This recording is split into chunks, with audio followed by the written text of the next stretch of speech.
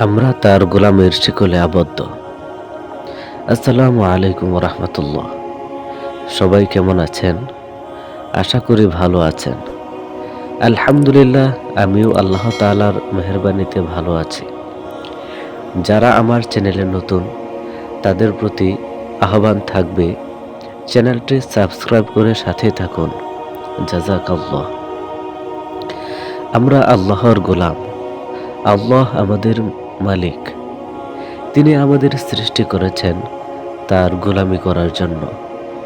আমরা তার গোলামির শিকলে আবদ্ধ। আর এই গোলামি লজ্জার নয়, বরং মর্যাদার। যে যত গোলামি করতে পারবে, সে তত মর্যাদাবান হবে। পৃথিবীর সর্বকালের সর্বশ্রেষ্ঠ গ্রন্থ পবিত্র কুরআনুল কারিমে আল্লাহ তাআলা ইরশাদ করেন, ওয়ামা খলাকুতুল জিন্না ওয়াল ইনসা ইল্লা লিয়াবুদুন।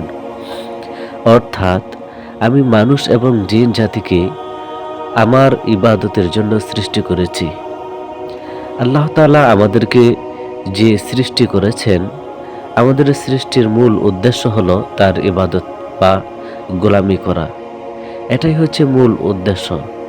বাকি দুনিয়াতে চলতে গেলে যে সমস্ত উপকরণ প্রয়োজন, সেগুলো সঞ্চয় করা আমাদের সৃষ্টির মূল উদ্দেশ্য নয়। সুতরাং দুনিয়াতে চলতে গেলে যে সমস্ত উপকরণ না হলেই নয়, সেগুলো সঞ্চয় করে বাকি সময়টুকু আল্লাহর ইবাদত বা গোলামিতে মগ্ন থাকাই বুদ্ধিমান মানুষের কাজ।